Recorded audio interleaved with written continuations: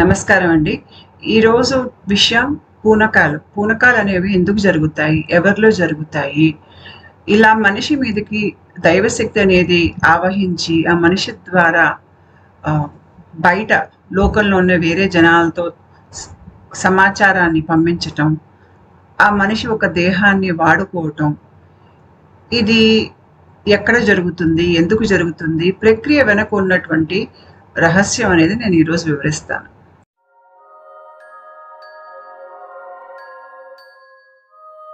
నేను ఇక్కడ పూనకాలంటే నటించే వాళ్ళ గురించి చెప్పట్లేదు. నిజంగా అయ్యే వాళ్ళ గురించి చెప్తున్నాను. అయితే మనం ఒక విషయం అర్థం చేసుకోవాలి అంటే, మన దృష్టి దేని మీద అయితే పడుతుందో, ఒక వస్తువు అవ్వచ్చు, ఒక మనిషి అవ్వచ్చు, దైవిక శక్తి అవ్వచ్చు, మన దృష్టి ద్వారా మనం సంకేతాలు, ఎలక్ట్రికల్ ఎనర్జీ అనేది మనకి బయటికి విడుదలవుతుంది. విడుదలైనప్పుడు అంటే మనకి తల లోపల న్యూరాన్స్‌లో కెమికల్ మార్పులు జరుగుతాయి. రసాయనిక మార్పులు జరిగి ఎలక్ట్రికల్ చార్జెస్ అనేవి మారుతున్నప్పుడు ఇంచుమించు మన ఆలోచనకి అంటే సదుద్దేశంతో చూసినటువంటి ఆలోచనకి అంటే అది ప్రేమ, అభిమానం, భక్తి ఈ రకం ఆలోచనలతో గనక మీరు ఒక వస్తువుని గాని, ఒక మనిషిని గాని, ఒక శక్తిని గాని చూసినప్పుడు మీ లోపల నుంచి కొంత ఎలక్ట్రికల్ ఛార్జ్ విడుదలవుతుంది ఆలోచన రూపంలో. అది సుమారు ఒక 20-30 మిల్లీ వోల్ట్స్ ఎలక్ట్రిసిటీ ఉంటుందనుకుంటాం. అలా చాలా మంది ఉన్నారనుకోండి అక్కడ. ఒక గుడి, లేదంటే ఒక సమ్మక్క సారక్క జాతర, లేదంటే ఏదో అమ్మవారి ఉత్సవాలు జరిగినప్పుడు ఏమవుతుందంటే, ఇంతమంది మనుషులు, భక్తులు అక్కడ నించుని అమ్మని చాలా భక్తితో పిలిచినప్పుడు, అమ్మకేసి ఎంతో ప్రేమగా, అభిమానంగా, భక్తిగా చూసినప్పుడు ఆ చుట్టూ వాతావరణంలో ఎలక్ట్రికల్ ఛార్జ్ ఎక్కువ ఉంటుంది. ఇంకొకటి చెప్తాను.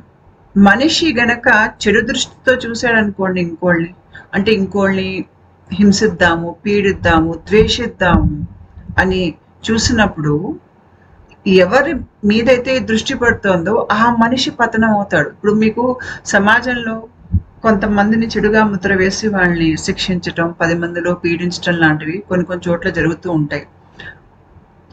ఇలా 10 మంది దృష్టి, ఆ గ్రామంలో ఉన్న వాళ్ళందరూ దృష్టి గనక చెడుగా వీళ్ళని శిక్షిద్దాము, వీళ్ళని తప్పు పెడదాము అనేటువంటి ఒక ఉద్దేశంతో చూసినప్పుడు ఆ మనిషి శక్తిని హరిస్తారు అందరూ అలా చూసినప్పుడు. అందుకనే ఆ మనిషి నీరసంలోకి, ఒక డిప్రెషన్‌లోకి వెళ్ళిపోతాడు.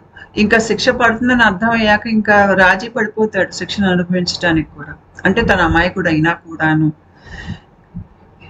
అది మనుషుల దృష్టిలో ఉండేటువంటి శక్తి. అందుకనే మనకి కొన్ని పర్వదినాలు, పండగలు, ఉత్సవాలు, గుడికి ఉత్సవాలు జరిగినప్పుడు, జాతరలు జరిగినప్పుడు అక్కడ వచ్చేటువంటి కొన్ని వేల మంది భక్తులు, లక్షలాది భక్తులు వచ్చినప్పుడు వాళ్ళ మనసులో ఉన్నటువంటి ఆలోచనలు కానీ, వాళ్ళ దృష్టి కానీ అక్కడ భక్తి భావన చాలా ఎక్కువ ఉంటుంది కాబట్టి అక్కడ మీకు ఇంచుమించు ఛార్జ్ అయి ఉంటుంది. ఆ స్థితి అక్కడ గుడి చుట్టూ ప్రాంగణం కానీ, వాళ్ళు ఉండే చోటు కానీ ఛార్జ్ అయిపోయి ఉంటుంది. ఇది మనం అర్థం చేసుకోవాలి. మన దృష్టి ఎక్కడ వెళ్తే అక్కడ మనకి ఛార్జింగ్ అనేది కొన్ని వేల మందిది ఉంటే అక్కడ ఛార్జ్ అయిపోతుంది. అందుకని మీరు చూసారంటే ఈ పూనకాలు లాంటివి ఇట్లాంటి చోటే అవుతాయి.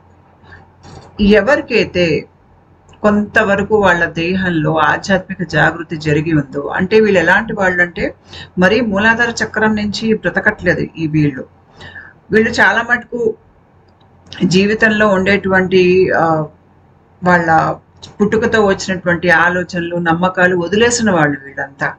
వీళ్ళేంటంటే ఎక్కువ జలతత్వం స్థాయిలో ఉన్నారంటే స్వాదిష్టాన చక్రం జలతత్వం. అంటే కింద నుంచి రెండో చక్రం పైకేసి వచ్చినప్పుడు స్వాదిష్టాన చక్రం. ఎక్కువగా మనిషి స్వాదిష్టాన చక్రం స్థాయిలో అతని శక్తి కనుక పనిచేస్తోంది అంటే, అతని దృష్టి అక్కడ ఎక్కువ ఉంది అంటే, ఇలాంటి వాళ్ళు సున్నిత మనస్కులై ఉంటారు. ఎక్కువ వాళ్ళ భావోద్వేగాన్ని అనుభవించటం, ఆ తీవ్రతను కూడా బాగా అనుభవిస్తారు వీళ్ళు. జలతత్వం యాక్టివేట్ అయి ఉన్న వాళ్ళకి ఏమవుతుందంటే, వాళ్ళు ఇలా ఎలక్ట్రికల్గా ఛార్జ్ అయినటువంటి ఒక వాతావరణంలో ఉన్నప్పుడు వాళ్ళు ఆ భగవంతుడు ఒక శక్తిని వాళ్ళ ద్వారా బయటికి వ్యక్తపరచగలుగుతారు. ఇది ఎలా చేయగలుగుతారు అంటే, ఇది స్వాదిష్టాన చక్రం, జలతత్వం. జలతత్వంలో సంభాషణ, అనేది దీంట్లోకి వస్తుంది. మీతో మీరు చేసుకునే సంభాషణ, ఇతరులతో చేసేటువంటి సంభాషణ, కళాత్మకంగా మాట్లాడగలిగేటువంటి శక్తి, కళలు లాగా మిమ్మల్ని మీరు వ్యక్తపరుచుకునేటువంటి శక్తి, ఈ జీవితంలో చాలా నిగూఢమైనటువంటి మన ఆలోచనలు కానీ సబ్ కాన్షియస్ మైండ్లో ఉన్నటువంటి విషయాన్ని బయటికి తీసి దాన్ని వ్యక్తపరచగలిగేటువంటి శక్తి. ఇక్కడ ఎక్కువగా మనిషి శక్తి పనిచేస్తుంది అంటే వీళ్ళు చాలా సున్నిత మనస్కులై ఉంటారు. నర్వస్ సిస్టమ్ అనేది చాలా సున్నితంగా ఉంటుంది వీళ్ళది. ఉండేసరికి బాగా ఎలక్ట్రికల్ ఛార్జ్ అయినటువంటి చోట్ల వీళ్ళు ఉంటే వాళ్ళది పీల్చుకోగలుగుతారు, శక్తిని పీల్చుకోగలుగుతారు. పైగా వీళ్ళకి ఏంటంటే ఒక మామూలు మనిషికి ఉండేటువంటి నరాల వ్యవస్థ కంటే కూడా వీళ్ళది సున్నితంగా ఉంటుంది. సున్నితంగా ఉండేసరికి ఇది ఎలా ఉంటుందంటే, మీరు ఒక వీణను తీసి చక్కగా దాన్ని శృతి చేశారనుకోండి, అట్లా మీరు దాన్ని మీటంగానే చాలా అందంగా మోగుతుంది. ఎందుకంటే శృతి చేయబడ్డటువంటి వీణ అది. వీళ్ళ శరీరం మనసు అలా ఉంటుంది. ఎవరైతే ఎక్కువ మూలాధారంలో కట్టుబాట్లని, భయాలని, డబ్బులు అని, వస్తువులని, అంటే వీళ్ళకి మనుషుల కంటే వస్తువులు, పేరు, ప్రతిష్ట, పరువు ఇట్లా ప్రాకులాడి బ్రతికే వాళ్ళందరూ మూలాధార చక్రంలో బ్రతుకుతారు. భయాల్లోంచి బ్రతుకుతారు, వీళ్ళు అహంకారంలోంచి ఎక్కువ బ్రతుకుతారు. ఇలాంటి వాళ్ళు ఎవరు అంటే, మనం వీణ తీగలన్నీ సరిగ్గా లేవనుకోండి, ఏ తీగ మీటినా కూడా అది మ్రోగదు సరిగ్గా. మామూలుగా అందరూ ఇలానే ఉంటారు, శృతి చేయబడని వీణలాగా ఉంటారు. కానీ ఎక్కువగా స్వాదిష్టాన చక్రంలో సున్నిత మనస్కులు ఉంటారు చూడండి, వాళ్ళ దేహం అనేది శృతి చేసినటువంటి వీణ. చిన్నగా దాన్ని ఇట్లా మీటినా కూడా, ఏదైనా శక్తి చెట్ల తాకినా కూడా దాంట్లోంచి మీకు ఏదో ఒకటి రాగం పలుకుతుంది. అయితే ఇలా బాగా ఎలక్ట్రికల్గా ఛార్జ్ అయి ఉన్నటువంటి వాతావరణంలో వీళ్ళు దేహంలో ఆ జలతత్వం అనేది బాగా యాక్టివేట్ అవుతుంది.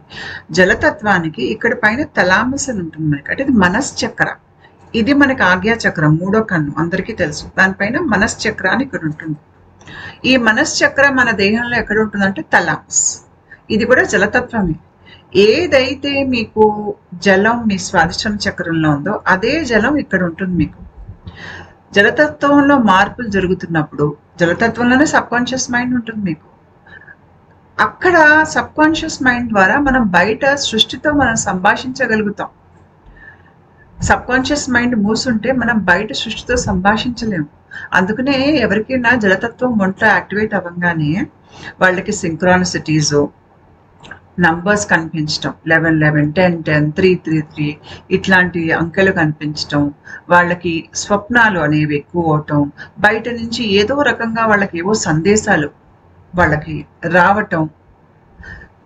ఇది ఎందుకు అవుతుందంటే సబ్ కాన్షియస్ మైండ్ ద్వారానే మనం బయట సృష్టితో మనం సంభాషించగలుగుతాం. అదే సెంటర్ మీకు బయట సృష్టితో సంభాషించడానికి. మనం దేవుళ్ళు, దేవతల్ని మనం వాళ్ళతో కూడా మనం సంభాషించాలన్నా, లేదు అంటే వాళ్ళకి మనం వాహనంలాగా ఉపయోగపడాలన్నా కూడా ఈ జలతత్వం మనలో యాక్టివేట్ అయి ఉండాలి. ఈ జలతత్వమే తలామస్లో ఉంటుంది కాబట్టి, అది మనశ్చక్ర కాబట్టి ఈ తలామస్ కూడా యాక్టివేట్ అయి ఉంటుంది. ఈ తలామస్ ద్వారానే దైవిక శక్తులే కాదు, ఏ శక్తులైనా కూడాను మనల్ని ఒక వాహనంలాగా ఉపయోగించుకొని మన ద్వారా బయటికి వాళ్ళు వ్యక్తం అవ్వగలుగుతారు. ఈ థలామస్ యాక్టివేట్ అయి ఉన్న వాళ్ళు ఈ ఓజా బోర్డు ఇట్లాంటివి ఉంటాయి చూడండి, క్షుద్రవి, అవి కూడా చేయగలుగుతారు. కాకపోతే ఇది దైవిక శక్తి కాదు. మీరు మీ శక్తిని ఎట్లా ఉపయోగిస్తారని దాన్ని బట్టి ఉంటుంది. దీని గురించి ఈ వీడియో చివరిలో చెప్తాను. అయితే ఇక్కడ నేను మాట్లాడే విషయం ఏంటి అంటే, దైవిక శక్తి మనల్ని ఒక వాహనంలో వాడుకుని ఆ దైవిక శక్తి బయట లోకానికి మన ద్వారా వ్యక్తం అవ్వటం అనేది ఈ స్వాదిష్టాన చక్రంలో జలతత్వం, అంతేకాకుండా తలామస్ యాక్టివేట్ అవ్వాలి. అది కూడా మీకు స్వాదిష్టాన చక్రంలో చాలా మన బాధ, దుఃఖం, ఎన్నో జన్మల కర్మ అక్కడ ఉంటుంది. అంటే అది భావోద్వేగాల రూపంలో ఉంటుంది. ఇది మన మనోమయ కోశం, అంటే ఎమోషనల్ బాడీ. చాలా మటుకు ఆ భావోద్వేగాలు అనేవి శుభ్రపడిపోయాక, కొంతవరకు మీకు జలతత్వం శుభ్రపడిపోయాక, మీకు తల లోపల ఉన్నటువంటి థలామస్ యాక్టివేట్ అవుతుంది. యాక్టివేట్ అయినప్పుడు ఈ థలామస్ ద్వారా ఏంటంటే, ఒకసారి థలామస్ మనిషిలో యాక్టివేట్ అయితే వాళ్ళకి దేవుడితో సంభాషణ కూడా లోపల చేయగలుగుతారు. ఇప్పుడు దేవుడిని ఏమైనా అడిగితే మీకు ఆ దేవుడు గొంతు మీ లోపల వినిపిస్తుంది. ఆ దేవుడు మీకు సమాధానం చెప్తున్నట్టు. కృష్ణుడిని ఏదో ప్రశ్న అడిగారు అనుకోండి, కృష్ణుడు గొంతు మీకు తలలో వినిపిస్తుంది. అది ఎలా వినిపిస్తుంది? ఆ థలామస్ యాక్టివేట్ అయినప్పుడు వినిపిస్తుంది. అంటే మీకు ఒక లైన్ లాగా కమ్యూనికేషన్ లైన్ లాగా అక్కడ వచ్చేస్తుంది. అది జలతత్వంలో ఉండేటువంటి మహత్యం. అది కనుక మనకి స్వాదిష్టాన చక్రం యాక్టివేట్, థలామస్ మనశ్చక్ర కనుక చక్కగా నీరు అనేది పునీతం కొంతవరకు అయినా కూడా ఈ మనిషి దైవిక శక్తిని తనలో నిలుపుకుని తన ద్వారా బయటికి వ్యక్తం చేయగలుగుతారు. ముఖ్యంగా జాతరలప్పుడు మీకు సమ్మక్క సారక్క జాతర ఉంటుంది, గ్రామ దేవతలు ఉంటారు, క్షేత్ర పాలకులు ఉంటారు. వీళ్ళంతా అక్కడ ఉండేటువంటి శక్తులు. ఈ శక్తులు ఏవైతే మీకు స్థానికంగా ఉంటాయో, ఇప్పుడు మీరు క్షేత్ర పాలకుడిని తీసుకున్నట్టే అయితే ఆ క్షేత్ర పాలకుడు అక్కడ ఉన్నటువంటి క్షేత్రాన్ని, అక్కడ ఉన్నటువంటి వనరుల్ని, అక్కడ ఉన్నటువంటి జనాల్ని కాపాడతాడు. తర్వాత ఈ గ్రామ దేవతలు అవ్వచ్చు, క్షేత్ర పాలకులు అవ్వచ్చు, వీళ్ళందరికీ మళ్ళీ జలంతో సంబంధం ఉంటుంది. వీళ్ళు ఎక్కువగా ఆ జలం చుట్టూ, తర్వాత అడవుల్లో మీకు జలం అనేది ఎక్కువ ఉంటుంది. అక్కడ మీకు వీళ్ళ శక్తి మీకు ఆ స్థాయిలో, ఆ స్థానంలో వాళ్ళ శక్తి అనేది అక్కడ ఉంటుంది. వాళ్ళు కాపాడతారు. పైగా ఈ గ్రామ దేవతలు, వన దేవతలు ఏంటి అంటే, మనం వీళ్ళని పూజించే కొద్దీ వీళ్ళకి మనల్ని అనుగ్రహించే శక్తి ఎక్కువైపోతుంది. అంటే ఒక కనెక్షన్ అక్కడ ఏర్పడిపోతుంది. ఆ కనెక్షన్ ఎక్కడ ఏర్పడుతుంది అంటే, నేను ఇందాక చెప్పాను మీకు, జాతరలని మీరు పండగలప్పుడు అక్కడికి వెళ్ళి వాళ్ళకి పూజ చేసినప్పుడు మీలోంచి వచ్చేటువంటి ఆలోచన, దానికి ఒక ఎలక్ట్రికల్ ఛార్జ్ ఉంటుంది. అది స్పందనని పెంచుతుంది. ఆ చోటు ఒక్క స్పందన పెరిగేసరికి అక్కడ కమ్యూనికేషన్ అనేది జరుగుతుంది. ఏదైతే మామూలుగా అంత ఎలక్ట్రికల్ ఛార్జ్ ఉండదో అక్కడ కమ్యూనికేషన్ అంత జరగదు. ఇక్కడ బాగా ఎలక్ట్రికల్ ఛార్జ్ ఉండేసరికి జరుగుతుంది. మనకి మహాభారతంలో యక్షులని, యక్షిణీలని మనం చాలా కథలు విన్నాం వాళ్ళ మీద. వీళ్ళంతా జలం దగ్గరే ఉంటారు, అంటే నీటి చుట్టూ ఉంటారు వీళ్ళు. అంటే అడవులు, నీరు, ఈ రకంగా ప్రకృతిలో మీకు వీళ్ళ శక్తి అనేది ఎక్కువ ఉంటుంది. ఎందుకంటే వీళ్ళు వనదేవతలు, ప్రకృతి దేవతలు. అయితే పర్వదినాలన, ముఖ్యంగా చంద్రుడు కూడా బాగా బలంగా ఉన్నటువంటి కొన్ని పర్వదినాలన వీళ్ళ శక్తి ఎక్కువైపోతుంది. దానికి తోడు చుట్టూ వచ్చినటువంటి జనంలోంచి వచ్చేటువంటి ఆ ఎలక్ట్రికల్ ఛార్జ్, ఇలాంటి జనంలో గనక ఒక సున్నిత మనస్కులో అయినటువంటి ఒక మనిషి, అంటే ఎవరిలో అయితే ఎక్కువ జలతత్వం అనేది యాక్టివేట్ అయ్యి ఉందో, సున్నితంగా మీటితే మోగేటువంటి ఒక వీణలాగా ఉండేటువంటి ఒక మనిషి కనుక ఉంటే, ఆ మనిషి ఆ దైవిక శక్తికి వాహనం అయిపోతారు. అయినప్పుడు వాళ్ళకి పూనకం లాంటిది వస్తుంది. ఈ పూనకం వచ్చినప్పుడు ఏంటంటే ఆ మనిషి ఒక రకమైనటువంటి ట్రాన్స్, అంటే వాళ్ళకి ఇక బయట లోకం అర్థం కాదనమాట. ఒక వేరేగా వాళ్ళ బుర్ర వెళ్ళిపోతుంది, మత్తు పట్టినట్టుగా. తర్వాత వాళ్ళకి ఎలా అనిపిస్తుంది అంటే వాళ్ళ దేహం మీద వాళ్ళు స్వాధీనం కోల్పోతారు. వాళ్ళు మాట్లాడే మాట మీద కూడా వాళ్ళు స్వాధీనం కోల్పోతారు. కొంతమందికి ఏంటంటే వాళ్ళు అక్కడ తెలుసు, వాళ్ళకి ఏదో అవుతోంది దేహంలో అని తెలుసు, కానీ వాళ్ళు ఎంత బలహీనంగా వెనక్కి వెళ్ళిపోతారు అంటే వాళ్ళ దేహం కానీ, వాళ్ళ మాట కానీ, వాళ్ళు ఏం చెప్తున్నారో కానీ అది వాళ్ళలోంచి రాదు. అది ఏదో శక్తి చెప్తోంది వాళ్ళ ద్వారా. ఇలా అవుతున్నప్పుడు కొంతమందికి ఆ జ్ఞాపకం ఉంటుంది, కొంతమందికి ఆ జ్ఞాపకం కూడా ఉండదు. వాళ్ళ శరీరం వాళ్ళ అదుపులో లేదు. ఇప్పుడు ఆ దైవిక శక్తి ఒక్క అదుపులో ఉంది. అంటే వీళ్ళకి థలామస్, ఇందాక నేను చూపించే చూడండి, అది బాగా యాక్టివేట్ అయ్యింది. అది ఎలక్ట్రిసిటీతో వైబ్రేట్ అవుతుంది. వైబ్రేట్ అయినప్పుడు అది మీరు ఆ వైబ్రేషన్ ద్వారానే మీరు మీలోంచి ఒక దైవిక శక్తి అనేది బయటికి వ్యక్తం అవుతుంది. ఇక్కడ మనిషి ఒక గొంతు మారిపోవచ్చు. మనిషి ముఖంలో కళ అనేది అది తేజస్సు అది మారిపోతుంది. ఆ మనిషి చూడటానికి కూడా రూపం కూడా ఒక రకంగా మామూలుగా ఉన్నట్టుగా ఉండదు. కొద్దిగా తేడా ఉంటుంది. ఆ మనిషి ప్రమేయం లేకుండానే గొంతులోంచి రకరకాల శబ్దాలు రావటం, రకరకాల మాటలు రావటం, వాళ్ళు ఏదో చెప్పటం బయట జనాలకి, చుట్టుపక్కల ఉన్న వాళ్ళ మీద ఆధిపత్యం ఉన్నట్టుగా మాట్లాడటం. ఇలాంటప్పుడు ఈ మనిషి దేహంలో విపరీతంగా ఎలక్ట్రిసిటీ ప్రవహిస్తున్నట్టుగా మనిషికి అనిపిస్తుంది. కొంతమందికి దేహం చాలా చల్లగా అయిపోతుంది, చాలా వేడిగా అయిపోతుంది. కొంతమంది ఊగిపోతూ ఉంటారు, నర్తిస్తారు. మీరు చూసారంటే కొంతమంది భక్తి భావనలోకి వెళ్ళి ఆ దేవుడికి ఒక వాహనంలాగా అయినప్పుడు వాళ్ళ భక్తి భావనలో విపరీతంగా నర్తిస్తారు. బయట మీకు లోకాన్ని కూడా మర్చిపోతారు వాళ్ళు. మీకు కృష్ణ భక్తుల్లో ఎక్కువ కనిపిస్తుంది మీకు ఇది. అయితే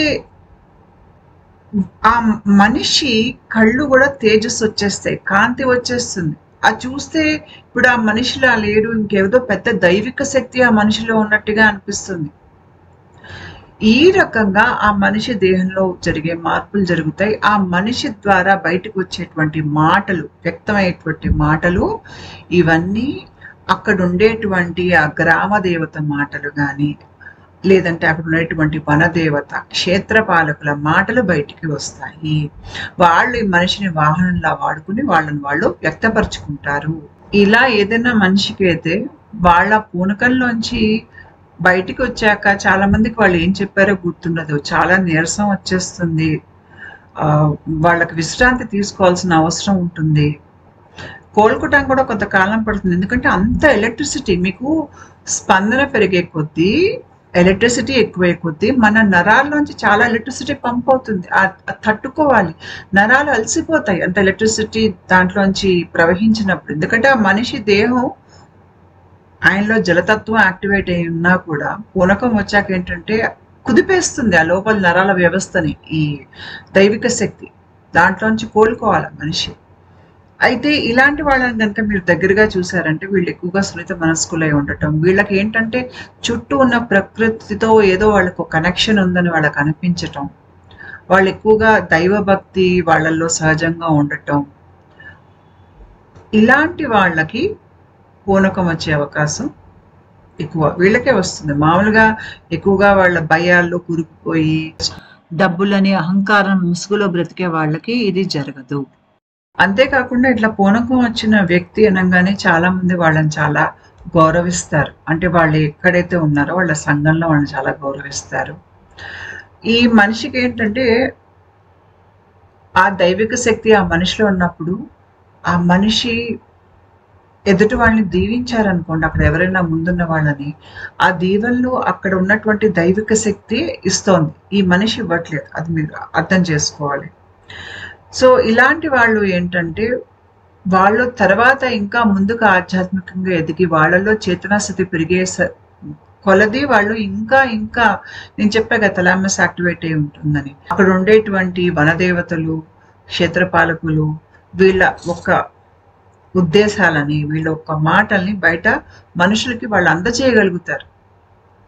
ఒక సంభాషణ లింక్ లాగా వాళ్ళు చేయగలుగుతారు అన్నమాట. పైగా మీకు ఏదైనా ఒక జాతర అన్నా, ఉత్సవం అన్నా అక్కడ మీకు సంగీతం ఉంటుంది, నృత్యం ఉంటుంది, చాలా మంది నాటకాలు వేస్తారు, పూలు, పసుపు, కుంకుమ, సుగంధ ద్రవ్యాలు వాడతారు, నైవేద్యాలు.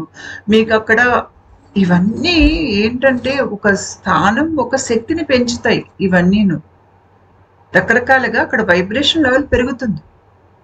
ఇవన్నీ చేసినప్పుడు అలంకరణలు అన్నీ చేయంగానే మీకు అక్కడ శక్తి పెరుగుతుంది. దానికి తోడు ఆ మనుషుల ఒక్క దృష్టి పడటం వల్ల ఆ శక్తి పెరగటం, అక్కడ దైవిక శక్తి, పైగా అది పర్వదినాలై ఉంటుంది, ఏదో ముఖ్యమైన రోజు ఉంటుంది. ఇవన్నీ కలగలిసి ఒక అనుకూలమైనటువంటి ఒక వాతావరణం ఏర్పడుతుంది అక్కడ పూనకం రావడానికి. ఇలాంటి శక్తులు మన చుట్టూ ఉన్నాయని మామూలుగా మనకు అర్థం కాదు. ఎందుకంటే ఈ శక్తులు చాలా రహస్యంగా ఉంటాయి, పిలుస్తేనే పలుకుతాయి. ఇలాంటి శక్తి ఉందని గమనించిన వాళ్ళు ఎవరిలో అయితే ఆ సున్నితంగా వాళ్ళ నర్వస్ సిస్టమ్ ఉందో వాళ్ళ ముందు వాళ్ళకి అర్థమైనప్పుడు వాళ్ళే చుట్టుపక్కల అందరికీ చెప్పి అక్కడ ఒక గుడి అనేది కట్టించి అక్కడ వాళ్ళకి నిత్య పూజలు అనేవి పెడతారు. ఎందుకంటే ఆ దైవిక శక్తి అక్కడ వాళ్ళని కాపాడుతుంది. అక్కడ ఉన్నటువంటి దైవిక శక్తిని కనుక మనం వాడుకున్నట్టయితే ఈ దైవిక శక్తి మన ఆధ్యాత్మికంగా ఎదగటానికి, మనం మన దిగువ అహంకారం నుంచి బయటికి రావటానికి, తర్వాత మనకి దైవిక దీవెనలు లభించి మనం సరైన మార్గంలో ఉండటానికి ఉపయోగపడుతుంది. పూర్వం ఆరోగ్య సమస్యలు వచ్చినప్పుడు కూడా చాలా మంది ఇలాగా ఈ గుళ్ళకే వెళ్ళేవారు, గ్రామ దేవతల గుళ్ళకి. అక్కడ శక్తి ఉందని నమ్ముతారు అందరూ అక్కడ ఉండేవాళ్ళు. అయితే మనం అందరం కాంటారా సినిమా చూసాం. కాంటారా సినిమాలో మీకు ఇదే ఉంది కదా, అక్కడ ఒక మామూలు మనిషి ఉంటాడు. మామూలు మనిషి కాస్త అతను తన లోపల ఉన్నటువంటి శక్తి ఏదైతే తనకి తన డిఎన్ఏలో ఉందో, మనకి ఏంటంటే మన ఆధ్యాత్మికంగా ఎదిగినప్పుడు మీరు చేసేటువంటి సాధన మీ వరకే కాదు, అది మీ తర్వాత తరాలకు వెళ్తుంది. మీ తర్వాత తరాల్లో డిఎన్ఏ హై వైబ్రేషనల్ డిఎన్ఏ ఉంటుంది వాళ్ళకి, పిల్లలకి. వాళ్ళు తేలిగ్గా వాళ్ళు దేవుడితో ఒక అనుసంధానం చేసేసుకోగలుగుతారు వీళ్ళు. సో ఇక్కడ ఏంటంటే ఈ సినిమా హీరోది వాళ్ళ తండ్రికి ఉన్నదే తనకి వారసత్వంలో వచ్చింది, అతని డిఎన్ఏలో ఉంది. అతని ముందు పట్టించుకోడు. ఎందుకంటే మనిషి భూమి మీద పుట్టినప్పుడు ఆత్మ ఏంటంటే చాలా మందిది ఎక్కువగా మూలాధార చక్రంలోనే ఉంటుంది కాబట్టి ఎంతసేపటికి భయం, రేపు ఎలా బ్రతుకుతాను, ఇలాంటి ఆలోచనలోనే మనిషి కురుకుపోతాడు. చాలా మందికి ఇవంతా మూఢనమ్మకాలు ఇలా ఆలోచించే వాళ్ళు కూడా ఉంటారు. ఎందుకంటే నర్వస్ సిస్టమ్ సరిగ్గా లేదు అక్కడ. మనకి ప్రక్రియలో నేను ముందు కూడా వీడియో చేశాను, మనకి కుండలిని జాగృతిలో ప్రక్రియ జరుగుతుంది. ఆ ప్రక్రియ ఎన్నో సైకిల్స్ మీదుగా జరుగుతుంది. ఆధ్యాత్మిక జాగృతిలో కూడా మనకి దాంట్లో మొదటి భాగం మన మీదకి ప్రాణ అనేది దిగటం. కొత్తలో మనకి తెలియదు, ముందుకెళ్ళాక పైనుంచి ఏదో మన మీద పడుతున్నట్టుగా మనకు అనిపిస్తుంది. అది మన గురువు ఒక ఆశీర్వాదం. ఆ గురువు సూక్ష్మ లోకాల నుంచి దీక్షలు ఇస్తూ ఉంటారు. కొంతమంది మీకు భౌతికంగా గురువులు కూడా మీకు ఈ దీక్షను పంపిస్తారు. ఆ దీక్ష మన దేహంలోకి రాగానే మన శరీరం షాక్లోకి వెళ్తుంది. ఎందుకంటే ఈ ప్రాణ అనేది మన శరీరానికి అర్థం కాదు, ఏదో బయట ఫారెన్ విషయం లాంటిది అనమాట. పైగా శరీరానికి అర్థమవుతుంది, ఇప్పుడు నేను మారుతాను, అహంకారం తగ్గుతుంది అనేది శరీరానికి అర్థమవుతుంది. మూడో దశలో అహంకారం అనేది చనిపోతుంది. అంటే ఇక్కడ స్థాయిలో మనం చనిపోతాం. చనిపోవటం అంటే నిజంగా చచ్చిపోవటం కాదు, మన స్పందన ఒక స్థాయిలో మనం చనిపోయి పై స్థాయిలో మళ్ళీ మనం కొత్తగా లేస్తాం, కొత్త జన్మ అన్నమాట. అంటే ఇక్కడ రిజరక్షన్ అని రాసా. అంటే ఇక్కడ ఎలా ఉంటుందంటే నేను ఇప్పుడు మునపటి మనిషిని కాను, నేను మారిపోయాను అని ఎప్పుడైతే మీరు అనుకుంటారో మీరు ఇక్కడ 4వ దశలో ఉన్నారు. తర్వాత ఆ కొత్త ప్రవర్తనని మీరు రోజువారీ మీ జీవితంలోకి అది అమలు పరుస్తారు. ఇంకా తిరిగి మీరు పాత ప్రవర్తనలకి వెళ్ళరు. తర్వాత ఇది సైకిల్గా అవుతుంది. ఇప్పుడు ఒక సైకిల్ అయ్యాక మళ్ళీ మీకు మళ్ళీ మీ మీద ప్రాణ దిగటం, మళ్ళీ షాక్ అవటం, మళ్ళీ మీకు అహంకారం ఒక స్థాయిలో చనిపోవటం, మళ్ళీ మీరు ఇంకో స్థాయిలో మీకు మళ్ళీ పునర్జీవితం లాగా మీరు మళ్ళీ మారిపోయినట్టుగా మీకు అనిపించటం, మళ్ళీ మీరు కొత్త ప్రవర్తనలు, మంచి పద్ధతులు మీరు మీ జీవితంలో అవలంబించటం, ఇట్లా మీకు సైకిల్గా వెళ్తుంది. ఇది ప్రతిసారి ఒక గుండ్రం ఒక చుట్టి ఒక సైకిల్ అయ్యాక మీరు పై స్పందనలోకి వెళ్తారు. మీ శరీరం ఒక నర్వస్ సిస్టంలో ఎలక్ట్రికల్ ఛార్జెస్ పెరుగుతాయి. ఎంత పెరిగితే అంతగా మీరు ఆధ్యాత్మికంగా ఎదిగినట్టు. అయితే ఈ సినిమాలో ఈగో డెత్ ఉంది చూడండి. ఈగో డెత్ అంటే చాలా మందికి అర్థం కాదు. అందుకని ఈ సినిమాలో దీన్ని చాలా అందంగా చూపించారు. ఈ సినిమాలో మనిషి చనిపోయినట్టు చూపించారు. ఈ సినిమాలో ఏంటంటే హీరో చనిపోతాడు. చనిపోయే వరకు ఆ దైవిక శక్తి ఆ మనిషిలోకి దిగదు. పొంజర్లి గుళిగా, ఇక్కడ పొంజర్లి. అయితే ఆ దైవిక శక్తి ఆ మనిషిలోకి దిగాలి అంటే ఆ మనిషి ప్రస్తుతం ఉండేటువంటి అతని మానసిక స్థితి కానీ, ఎందుకంటే ఆ సినిమా హీరో ఎక్కువగా మూలాధార చక్రానికి సంబంధించినటువంటి ఆలోచనలో కూరుకుపోయి ఉన్నాడు. అలాంటి మనిషిలోకి దైవిక శక్తి ఎట్లా దిగదు. మామూలుగా మనుషులకి ఏంటంటే మూలాధార చక్రం నుంచి స్వాధిష్టాన చక్రానికి ఆ స్థాయికి వాళ్ళ చైతన్యం వెళ్ళాలి అంటే ఇక్కడికొచ్చేసరికి వాళ్ళేంటి, సత్యాన్ని వెతుక్కునే ప్రయత్నంలో ఉంటారు. వాళ్ళని వాళ్ళు అర్థం చేసుకునే ప్రయత్నంలో ఉంటారు. వాళ్ళు పెద్ద అంత డబ్బులని అలా ఉండరు. వాళ్ళెక్కువ ప్రేమని, అభిమానం అని ఈ రకంగా ఆలోచించేటువంటి తత్వం ఉంటుంది వీళ్ళకి. ఇలాంటి వాళ్ళేంటంటే కట్టుబాట్లను గూడా దాటేసి ప్రేమ వివాహాలు చేసుకుంటారు. వాళ్ళు సమాజం అంతా వాళ్ళని వెలివేసినా గూడా ప్రేమ వివాహం చేసుకుంటారు. ఎందుకు? వీళ్ళు మూలాధార చక్రంలోంచి బ్రతకటం లేదు. వీళ్ళిప్పుడు స్వాదిష్టాన చక్రంలో ఉండేటువంటి జలతత్వం. జలతత్వంలో రకరకాల భావోద్వేగాలుంటాయి. ప్రేమ గూడా ఉంటుంది. వీళ్ళెక్కువగా ఆ భావోద్వేగాల నుంచి బ్రతుకుతూ ఉంటారు. అయితే అక్కడ ఇందాక నేను చూపిచ్చా గదా! మీకు ఈ స్టేజెస్ ఇన్ స్పిరిచువల్ అవేకనింగ్. ఇక్కడ మీకు ఈగో డెత్ ఉంటుంది చూడండి. ఈగో డెత్ మనం ఒక స్థాయిలో చనిపోతే గానీ, మనం పై స్థాయిలో మనం మళ్ళీ పునర్జీవితం అనేది మనకి రాదు. అంటే అది శరీరంలో ఉండంగానే జరుగుతుంది. మనమేం చనిపోయి మళ్ళీ ఇంకో దేహంలో పుట్టినప్పుడు అవ్వదది. మన దేహంలో ఉన్నప్పుడే జరుగుతుంది. చాలా సార్లు మన ఈ ప్రక్రియలో ఈ సైకిల్‌లోంచి చాలా సార్లు వెళ్తాం. నేను బహుశా ఒక 40, 50 సార్లు వెళ్ళినట్టున్నాను. వెళ్ళినప్పుడల్లా మీరు పై స్థాయికెళ్తారనమాట. అయితే ఈ సినిమాలో ఈగో డెత్ కాన్సెప్ట్ ఏం చేశారు అంటే, వాళ్ళకి అట్లా చూపించటంకి కష్టమవుతుందని ప్రేక్షకులకు చెప్పినా అర్థం కాదు. ఇది ఆధ్యాత్మిక జాగృతి జరిగిన వాళ్ళకే అర్థమవుతుంది ఈ ప్రక్రియ. ఇక్కడ ఈగో డెత్ ని నిజంగా వాళ్ళు చావులా చూపించారు. అంటే మనిషి చనిపోయాడు. అంటే తన చేతనా స్థితి ఏ స్థాయిలో అయితే ఉందో ఆ స్థాయిలో తను చనిపోయాడు. చనిపోయాక అతని దేహంలోకి ఆ పై స్థాయి దివ్య శక్తి అనేది అతని దేహంలోకి దిగి నర్తిస్తుందన్నమాట. అతని ద్వారా ఆ పై స్థాయి దైవిక శక్తి బయటికి వ్యక్తం అవుతోంది. ఇది ఈ సినిమా ఒక కథ. సినిమా అద్భుతమైన సినిమా. వాళ్ళు ఆ కాన్సెప్ట్ ని చాలా అందంగా చూపించారు. కాకపోతే సినిమాకి నిజంగా జరిగేదానికి తేడా ఏంటంటే, ఇక్కడ ఈగో డెత్ అంటే మనిషి చనిపోవటం కాదు, ఒక స్థాయిలో మనం మారిపోవటం అని అర్థం వస్తుంది. దిగువ స్పందన నుంచి పై స్పందనకి వెళ్ళటం అని.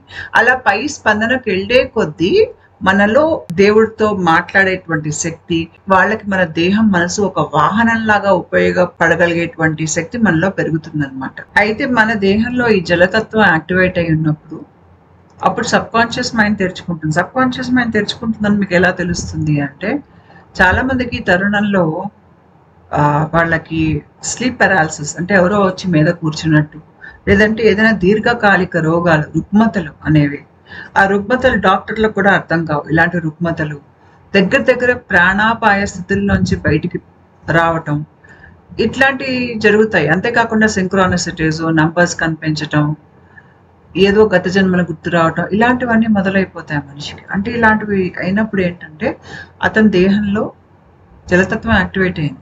ఇలా యాక్టివేట్ అయినప్పుడు ఏంటంటే మనకి సూక్ష్మ లోకాలు, మన సబ్ కాన్షియస్ మైండ్ ద్వారానే బయట లోకంతో మనం సృష్టితో మనం కమ్యూనికేట్ చేయగలుగుతాం. ఈ సబ్ కాన్షియస్ మైండ్ మరి ఎక్కడుంది అంటే ఈ జలతత్వమే సబ్ కాన్షియస్ మైండ్ తో లింక్ ఉంటుంది. అందుకనే మనం మనస్సు అనగానే నీటి రూపంలో చూపిస్తాం మనసుని మనం.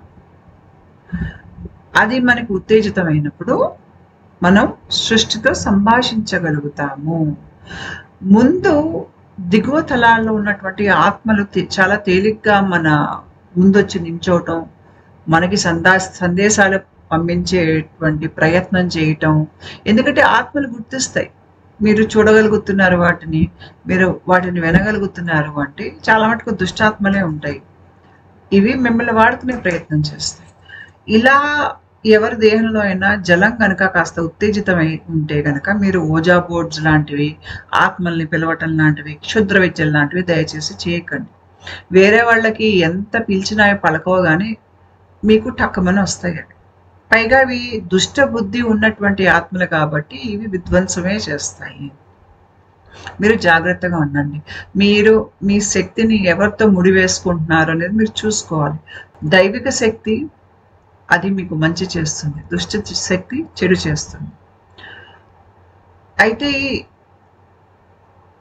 మనకి తలామస్ యాక్టివేట్ అయ్యాక తేలిగ్గా మనకి బయట రకరకాల స్థాయిల్లో మనకి గురువులతో మనకి కమ్యూనికేషన్ వస్తుంది, దేవుడితో కమ్యూనికేషన్ వస్తుంది చాలా తేలిగ్గా. అందుకనే వీళ్ళకి ఒక స్థాయిలో పూనకం లాంటిది చాలా తేలిగ్గా వస్తుంది. ఒకవేళ వీళ్ళేమైనా ఉత్సవానికి వెళ్ళారనుకోండి, ఆ ఉత్సవంలో ఎలక్ట్రికల్లీ చార్జ్డ్ వాతావరణం ఉందనుకోండి, ఆ వాతావరణంలో ఆ దైవిక శక్తికి వీళ్ళు చాలా అనుకూలమైనటువంటి ఒక వాహనం అయిపోతారు. వాళ్ళ ద్వారా వ్యక్తమైపోతారు. ఇదే పూనకాల వెనక ఉన్నటువంటి రహస్యం. ఆ మనిషి తన దృష్టంతా తన ఆధ్యాత్మిక సాధన మీద పెట్టి, ఇంకా ఆధ్యాత్మికంగా ఎదిగే ప్రయత్నం చేసే కొలది అతని దేహం అనేది ఇంకా పై స్థాయి దైవిక శక్తిని దాంతో కమ్యూనికేట్ చేయగలిగేటువంటి శక్తి మనిషిలో పెరిగిపోతుంది. దానికి వాహనంలాగా ఉపయోగపడగలిగేటువంటి శక్తి కూడా ఎక్కువైపోతుంది. ఉంటానండి. నమస్కారం.